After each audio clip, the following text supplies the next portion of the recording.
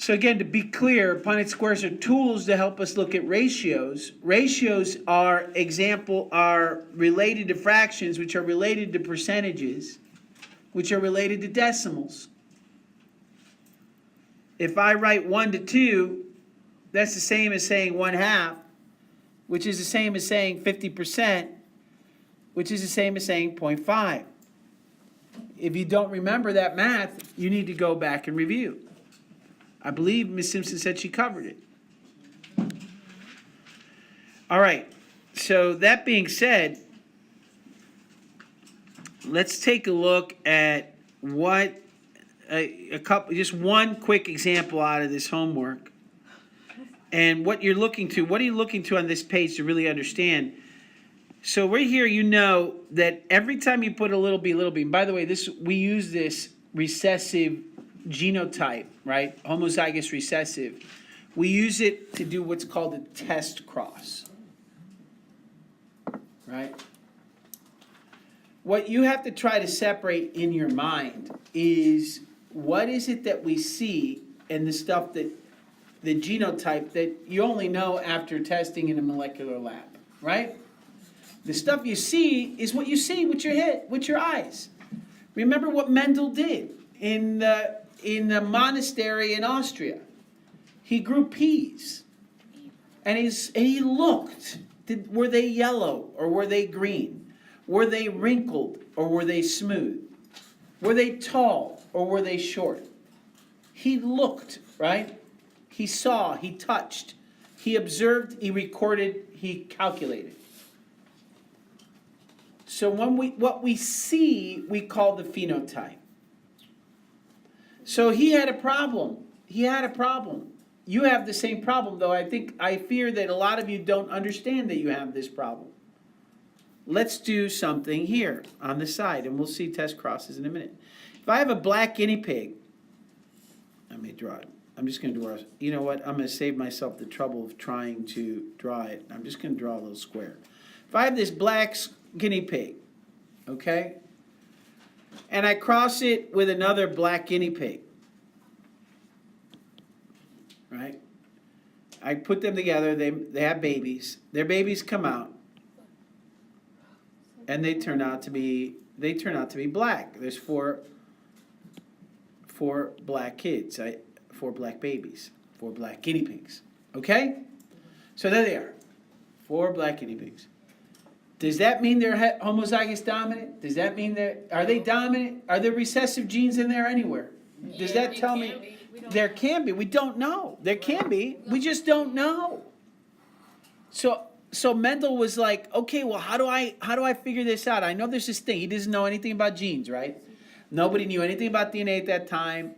Not like we know it today anyways. They didn't know anything about genes or protein products and enzymes, right? None of that stuff that you've learned in this class do they know about.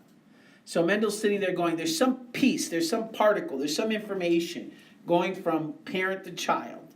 And he says there's this recessive thing and there's this dominant thing. But what do I do when I have this dominant phenotype, right? He worked with peas, so tall or short or green or yellow. But we're going to look at guinea pigs, so black, colored black, right? So how do I tell if I have all black guinea pigs if there's recessive genes in there or not? There's a brilliant idea. It's brilliant. It's really simple, but it's brilliant. If he takes the dominant phenotype, right, the black guinea pig, and he crosses it with a white guinea pig, what do you know? This is the only thing you know. When you're looking at the dominant phenotype, you don't know if it's heterozygous or homozygous. You don't know. When do you know? What's the one thing you know? When you have the recessive, this is the white, right? What? When you have the recessive phenotype, it's white. The guinea pig's white. What do you know? Anybody? Make a guess. Be wrong. Be wrong now. You're safe. Yeah. What? That the parents were heterozygous. No, that is. No, that's not something you know because they could have been both parents could have been white, and then you have white babies. What do you know about the know white that guinea it's- pig? What do you that know? it's too recessive. Too recessive, that's right. You know that you have little b, little b. You know you have little b, little b. When you have this is little b or big B blank. You know there's a big B, but you don't know what the other one is. Right. So when you do cross these and they make babies, right? If this is a big B, what are 100% of their babies going to be? Black. Black. You know that. Look it over here, right? You know that. But if there's two ifs, right? If big B, little b, if it's heterozygous, something's going to happen. And if the black parent, the black guinea pig parent is homozygous dominant, then something else is going to happen, right? Yeah. So let's go ahead and do two Punnett squares, real simple monohybrid Punnett squares. And I say, okay, well, if this is big B, little b, and I know the female or the other one is little b, It's 50-50. then I'm going to get about 50%, 50% of the offspring are going to be white and 50% are going to be black. Yeah. This is if it's a dominant recessive inheritance pattern.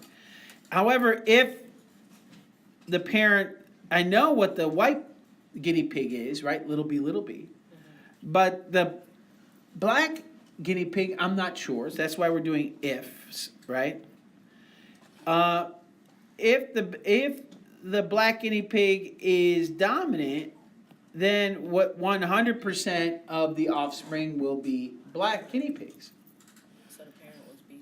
So if I just get one white guinea pig when I cross it, this is why we call it a test cross, Then you know that's not the parent. right? It's what we're testing this. We're testing to see if this is a dominant, homozygous dominant, or is this parent heterozygous? Is this dominant phenotype, the thing we see, is it heterozygous or is it homozygous dominant? That's why we call it a test cross. We all understand that? Do you get it? I hope you get it. I hope you write it down. I hope you study it.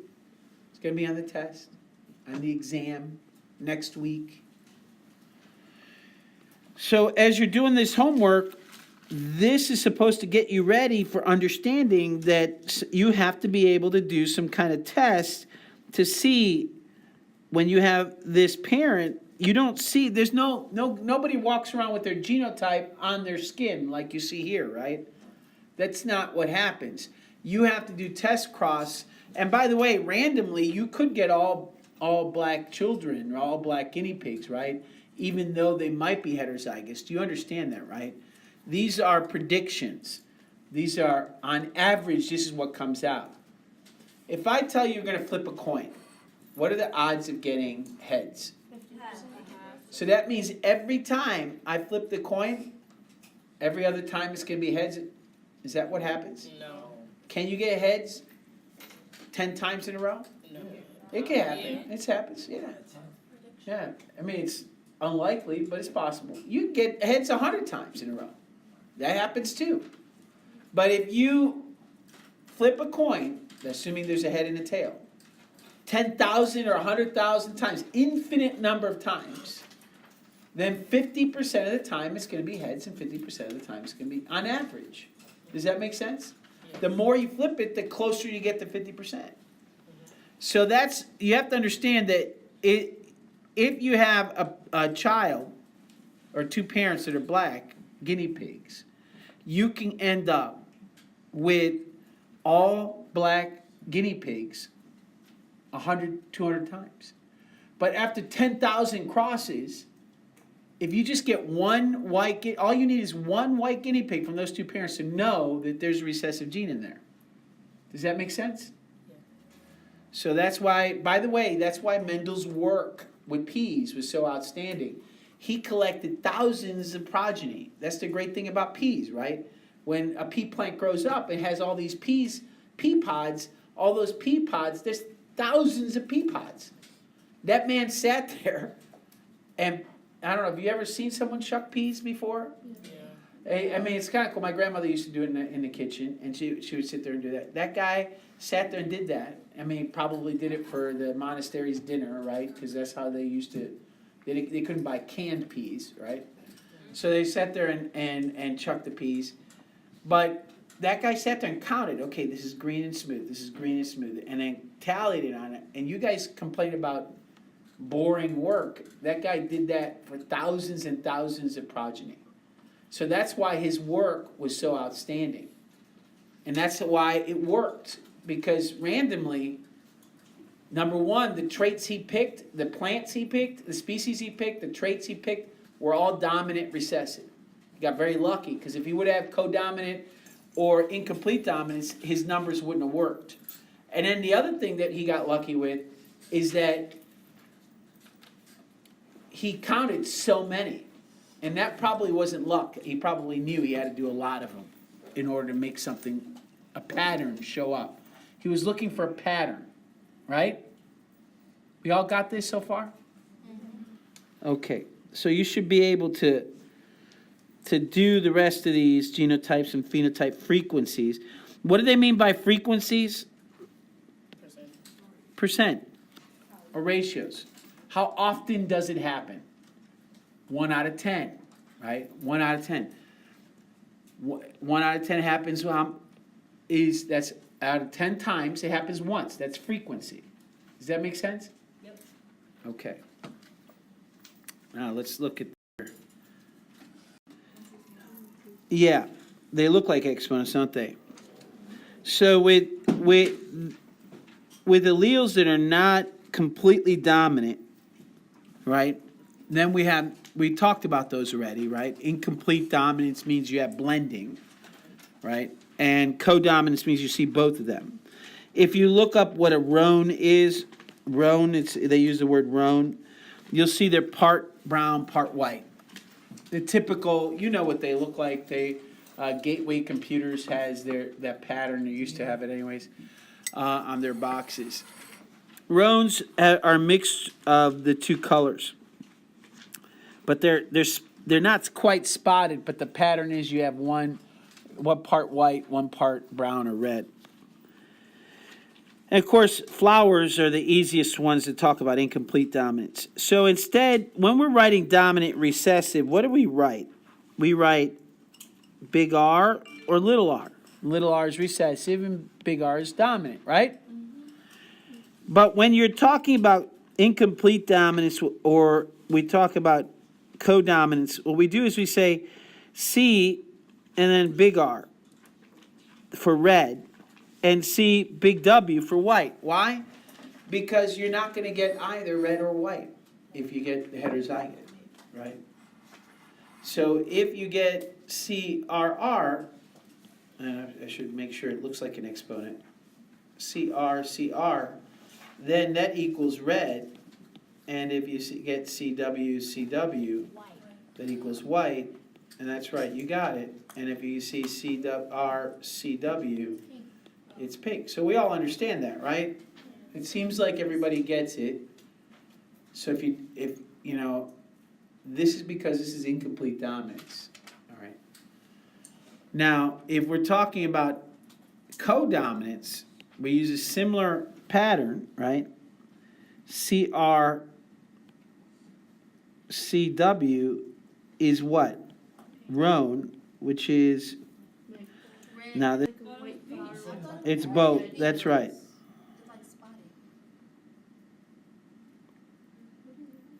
Oh, it's a spot like how a spot on a dog or something?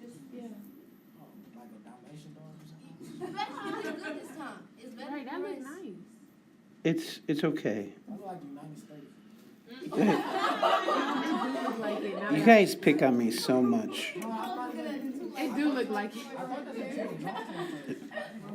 There go Florida right there. Okay, so I'm a horrible drawer. It's embarrassing.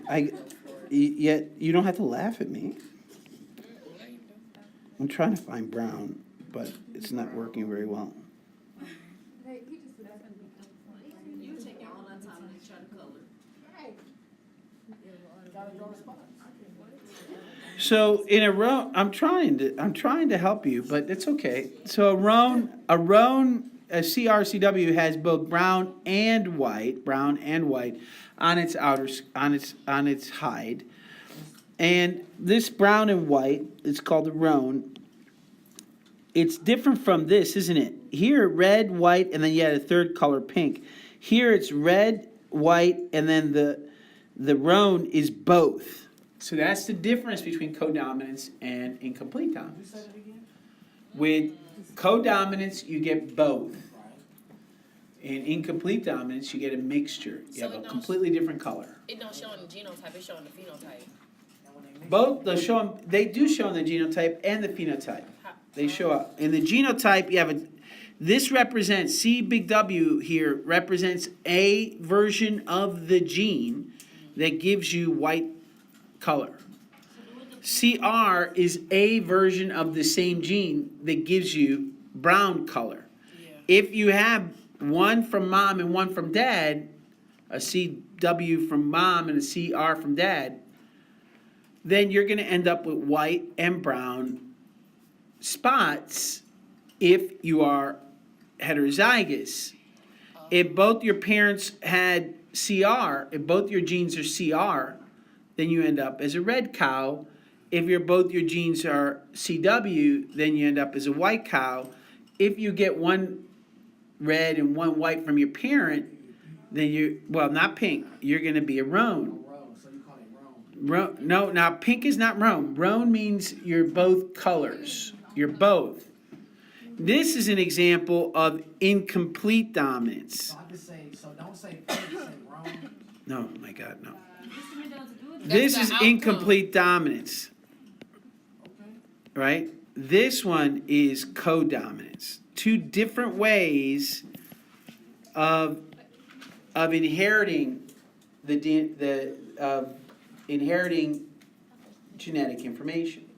Two different ways of expressing. That's not different in the way they inherit it. It's different in the way it's expressed, right? In codominance, when we look at a cow, you're not going to see, when you mix red and white, you're not going to get a pink cow. You're going to get white and brown. Okay. But if you take a red and white flower that has this incomplete dominance, then you're going to get red, white, or pink. So it's not a codominance, it's called codominance for CRCW, they're using the same notation for two different set of traits. So this is for, up here it's for a flower, and over here is for a cow. These are variables like X and Y. You can use these don't, CR and CW aren't always used for cows. So they're just variables. It's like X, Y, Z, right? This is just exponent R is specifically used rather than using big A and little a, right? Which is when dominance. So like for the humans, you know how people be getting spots on them, the little white spots?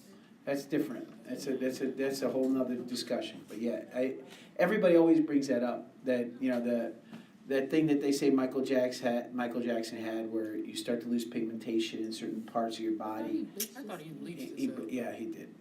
I mean, that's my understanding. I don't know. I wasn't there. My point is, there are people who start to lose pigmentation in their skin. And by the way, it's not just African Americans. It's also Caucasians, and it's nothing to do with this dominant recessive That's inheritance. the problem where you see people maybe have like pink skin.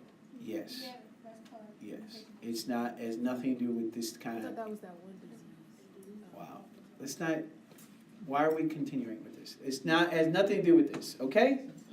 Nothing to do with this. I mean, we can talk about it during advisory if you want, but it's nothing to do with this. All right, so it just continues, man. It's so hard to keep this class in focused. Ladies, focus. They're gonna ignore me. They're just gonna continue to ignore. I mean, it's amazing. So incomplete dominance means that you're either, if you have two copies of the same allele, you get one color. Two copies of the other allele, you get another color, and or shape or size or whatever the phenotype is, right? So two of one kind, one set of genes, you get one phenotype. Two of another set, you get another phenotype. If you get one of each of these genes, you get a third phenotype, different from all three of the other two.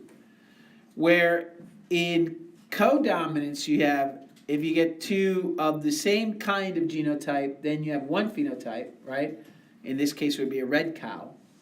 If you have two of the other genotype, you get a white cow, so second phenotype, right? If you have one of each gene of the genes, versions of the genes, alleles, right? Then you end up with something that has both red and white, which we call roan. All right. Individual issues, let's deal with them later. Right now, again, during advisory, after school, whatever you need. But when we take a look at these, we're looking at recessive dominant alleles, right? So here we're talking about 4 common blood groups, right? You know there's A, B, O, and AB. So there's 4 different blood groups, right? So now we have multiple alleles. We don't have just 2 alleles. Before it was dominant recessive, right? But now we have 3 different alleles for this group. Is that clear? Yeah. So we're going to use that exponent idea again in this case, right? And what we call proteins on the cell surface, they're going to be called the general primary letters I. So I something. And so you can have an IA, which is the gene for A blood type, right? Then you can have IB, which is the gene for B blood type, right? You can have IO, which is the gene for O blood type. So it's really quite simple. And remember, it's a cell surface, so blood cells are cells, right?